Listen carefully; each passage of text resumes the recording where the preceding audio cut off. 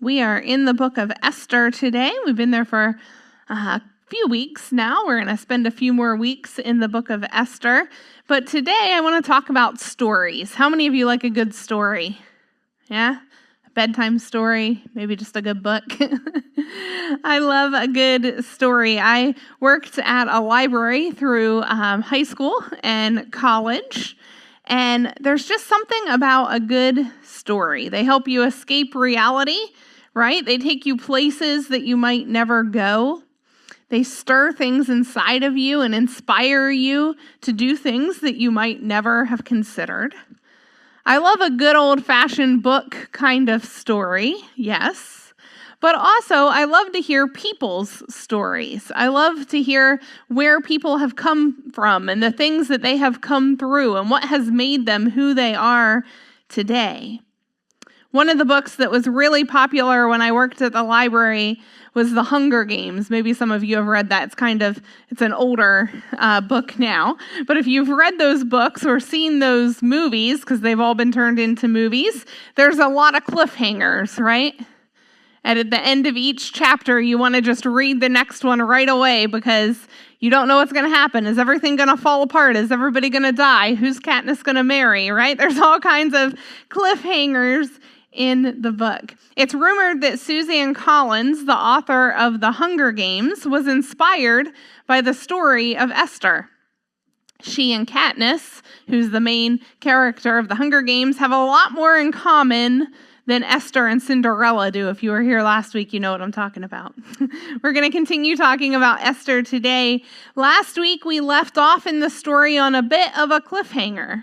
A quick recap. King Xerxes held a festival for 187 days to show off his wealth and his power.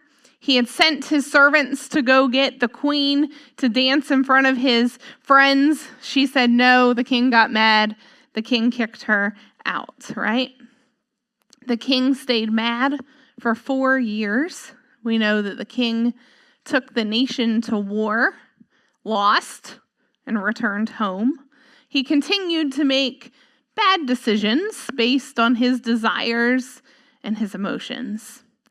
Esther and a bunch of the other young girls in the kingdom were taken to the palace so that the king could pick a new queen. We know that Esther was picked as the queen. The king and his high officials were threatened by the Jewish people at the time. But the thing was, the king didn't know that Esther was Jewish. It was the big secret. It's the big secret through most of the book of Esther. Last week, we left off with Esther's uncle, Mordecai, overhearing a plot at the city gate, at the castle palace gate. He overheard some guards talking about assassinating the king. They were coming up with a plan to assassinate the king. Mordecai overhears this plot, tells Esther, who in turn tells the king, and the king's life is spared. But Esther still has a secret. And that was the cliffhanger last week. She was chosen. The king really liked her, but would the king still like her if he knew who she really was? The book of Esther, famous for the verse, "For such a time as this," has taught us some lessons about time. First, we learned that if we have lots of time with no purpose, it's dangerous. And last week, we learned that timing is everything. This week, I want you to ask, what time is it? Hang on with me today and you'll see what I mean. Esther's story is so captivating with so many cliffhangers. There's so many twists and turns in her story, so much irony. A few people die and there's lots of humor, the making of a good story, right? You can open with me today to Esther 3:1. That's where we're going to start off this morning. Esther 3:1 says, "After these events, King Xerxes honored Haman, son of Hammedatha, an Agagite, I can't speak at all today, an Agatite, elevating him and giving him a seat of honor higher than any of the other nobles. All the royal officials at the king's gate knelt down and paid honor to Haman, for the king had commanded this concerning him. But Mordecai would not kneel down or pay him honor. So the king says, "What time is it?" It's time for some extra protection. Remember, the king was almost assassinated, right? He just was almost assassinated. So King Xerxes promotes Haman. You might notice through this story and through the stories that we've read in the past that genealogy seems to be a pretty big thing in the book of Esther. Esther's heritage is the big secret throughout the whole book. And then we find these verses focusing on the heritage of Haman. What does it matter where he came from, right? If he was good at protecting the king, it shouldn't matter what his history is. But the author of the book of Esther seems to think that it's really important that we know that he's an Agagite. It's been a few months since we've studied the book of 1 Samuel, and it's been about 580 years in the history of Israel. But it's important for us to remember who the Agagites were. Agag was a general term for the king of the Amalekites. You might remember that Pharaoh is a general term for the kings of Egypt. It was kind of the same thing. The Jewish people would have known that Agag was just what they called the king of the Amalekites. If we jump back to 1 Samuel 15, we're going to read verses 1 through 3, and I'm going to remind you of who Agag was and why this is important to the story. Samuel said to Saul, right? Saul was the king at the time. Samuel was the priest. Samuel said to Saul, "I am the one the Lord sent to anoint you king over his people, Israel. So listen now to the message from the Lord. This is what the Lord Almighty says. I will punish the Amalekites for what they did to Israel when they waylaid them as they came up from Egypt. Now go and attack the Amalekites and totally destroy all that belongs to them. Do not spare them. Put to death men and women, children and infants, cattle and sheep, camels and donkeys." Good stories always have bad guys, right? The villain. Israel has lots of villains in their story, lots of enemies in their history. The Amalekites were the arch enemies of Israel. God told King Saul to eliminate the Amalekites. God gave the Jewish people an opportunity to completely wipe out their enemies. And we see in this verse that Saul is half obedient. Let's continue in 1 Samuel 15:9. It says, "But Saul and the army spared Agag and the best of his sheep and cattle, the fat calves and lambs, everything that was good. These they were unwilling to destroy completely. But everything that was despised and weak, they totally destroyed." Then the word of the Lord came to Samuel. "I regret that I have made Saul king, because he has turned away from me and has not carried out my instructions." Samuel was angry and cried out to the Lord all that night. King Saul said, "What time is it? It's time to build my flocks. It's time to gain money." Are you noticing a pattern of the kings in the Bible? They're doing what they think is right. They're focusing on gaining power and money and possessions at any cost. If Saul would have obeyed God, this Agagite would not have been a threat to the people of Israel during Esther's time 580 years later.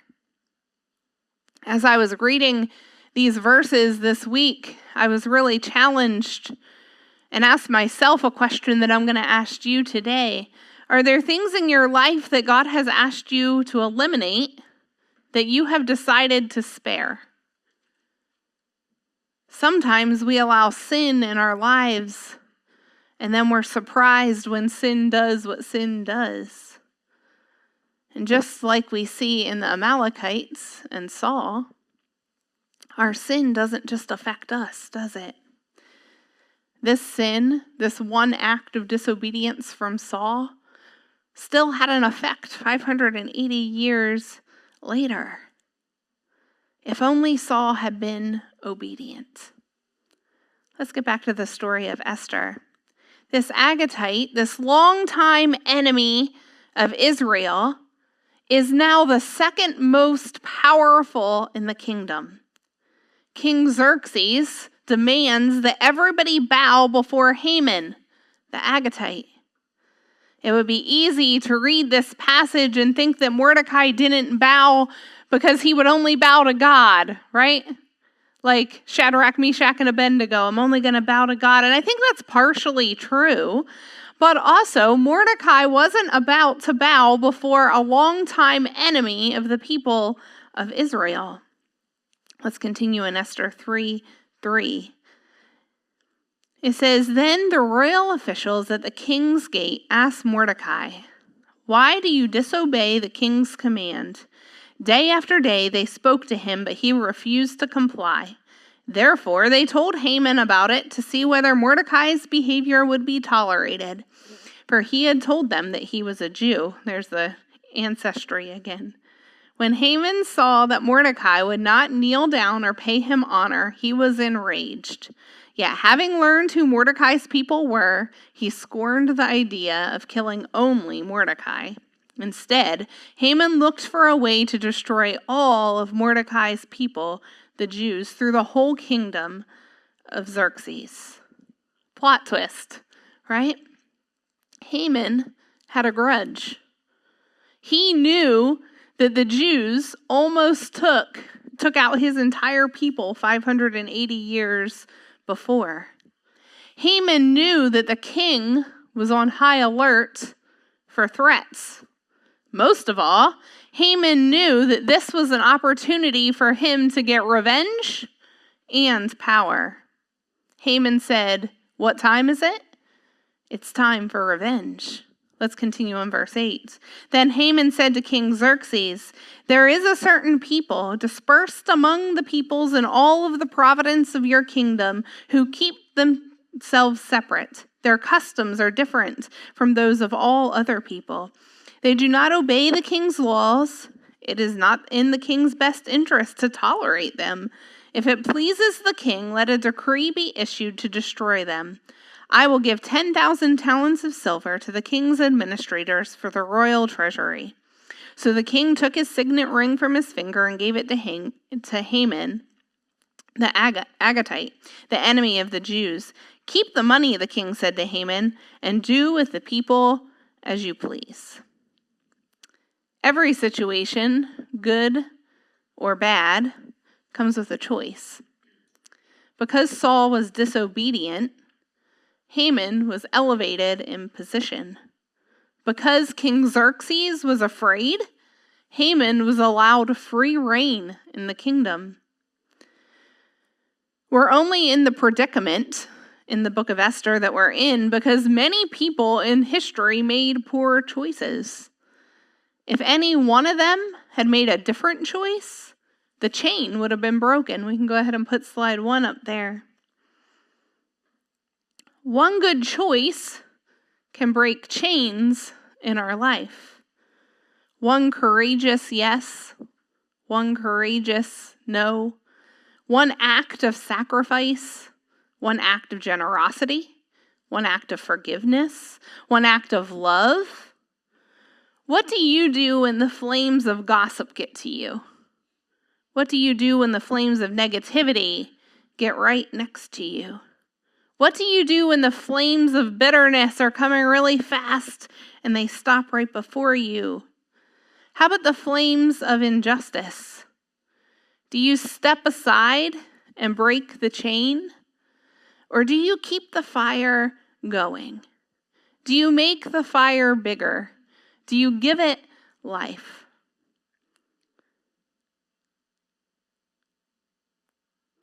You're probably going to say, I step aside, right? Because that's what we want to do.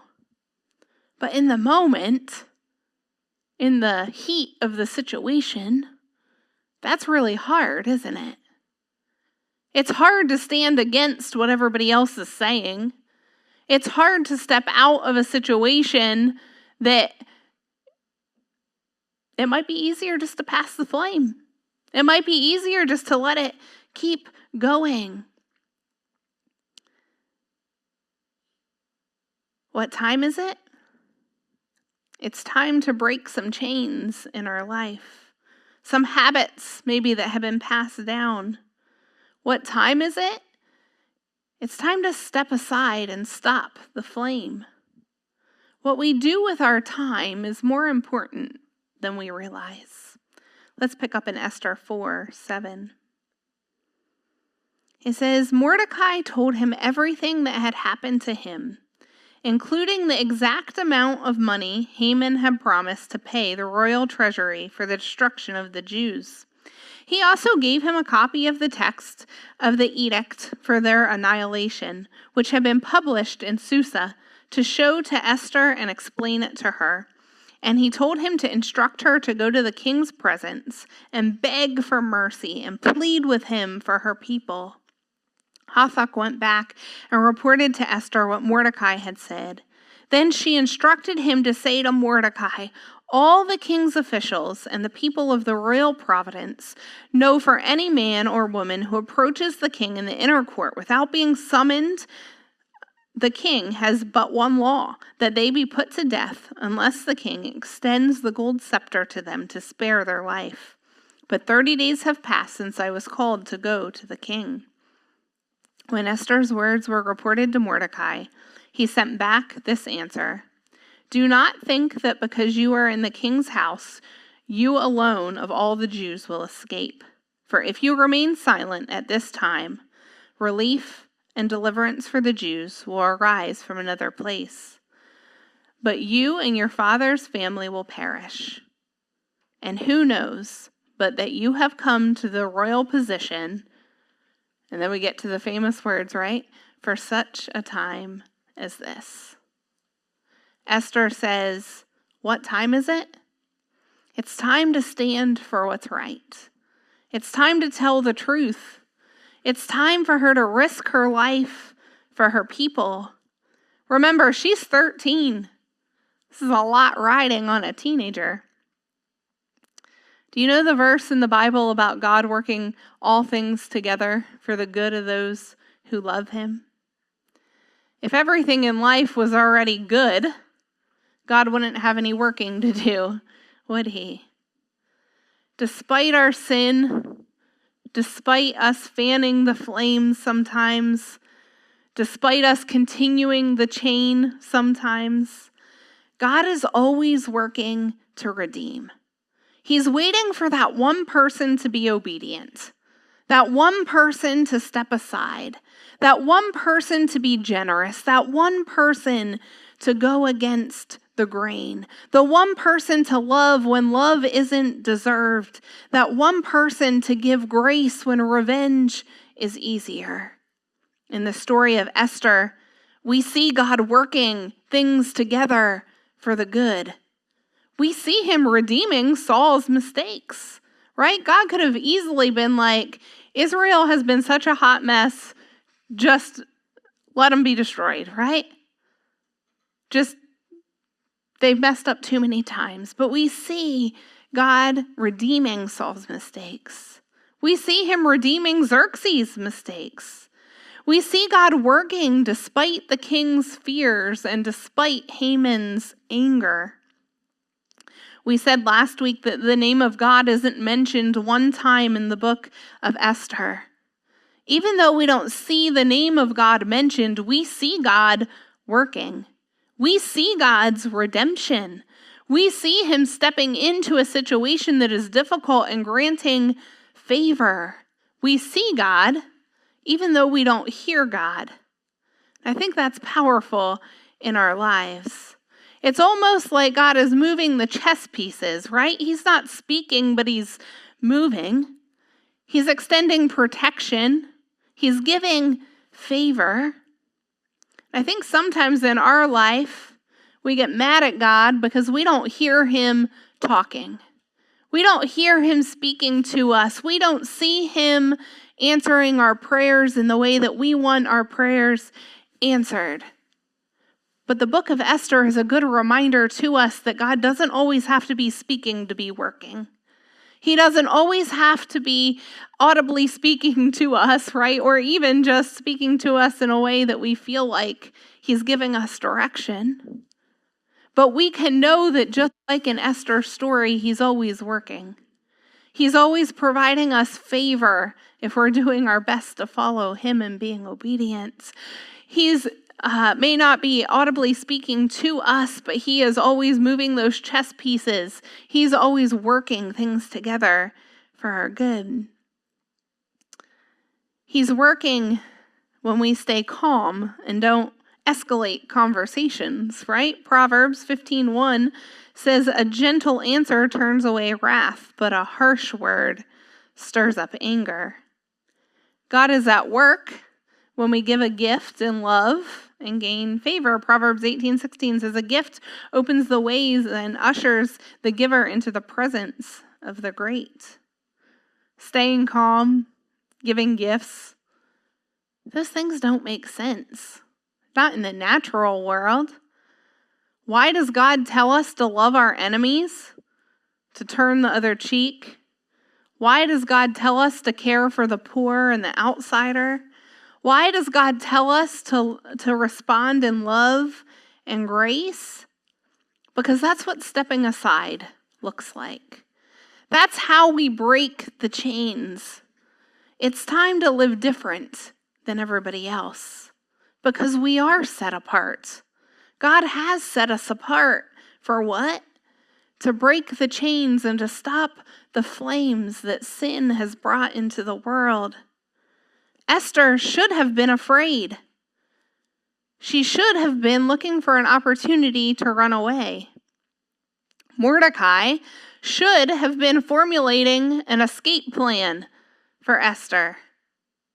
But instead, Esther and Mordecai say, "What time is it? It's time to run towards the things that I'm afraid of. It's time to be obedient to God. It's time to break the chains and stop the flames. It's time to rely on God's strength and not my own. It's time to rely on God's wisdom and not my own. It's time to submit my will to God's way." Even in standing up to Haman, Esther humbled herself before God. What a lesson for us today. Power and position, the things that the kings were fighting for, those are a direct result of the fall, right? Those are a direct result of sin. Our idea of controlling a situation is dominance. You have to do everything my way because I know what's best, right? We don't say that, but our actions say that. Esther's idea was different. Her idea was humility. That was Jesus' idea too, wasn't it? Let's see Esther's humility in verse 15. It says, "Then Esther sent this reply to Mordecai. Go gather together all the Jews who are in Susa and fast for me. Do not eat or drink for 3 days, night or day. I and my attendants will fast as you do. When this is done, I will go to the king, even though it's against the law. If I perish, I perish." So Mordecai went away and carried out all of Esther's instructions. What time is it? It's time to obey God. It's time to build ourselves, build our obedience. It's time to forgive. It's time to be humble. It's time to lean on God's strength and forgiveness and wisdom. It's time to break the chains and stop the flames. Maybe that's generational stuff that you need to work through that's been passed down. Maybe it's as simple as stopping in the middle of a heated situation and taking a breath. Just taking a few moments so that you can make a good decision. Maybe it's in the middle of a conversation, just taking a breath and a minute, saying a quick prayer to God and asking him how you should respond. I can tell you that it will look like choosing humility over power, right? It will look like loving your enemy over getting revenge. It will look like all of those principles that we see in the Bible, because Jesus knew every situation that we would walk through, and he knew how to set us apart. He knew how we could step aside, stop the flame, and bring some of his kingdom down to earth. So this week, as you face situations, as you live life, as maybe you enter into conversations, I would challenge you to remember that you are set apart. Ask yourself that question, what time is it?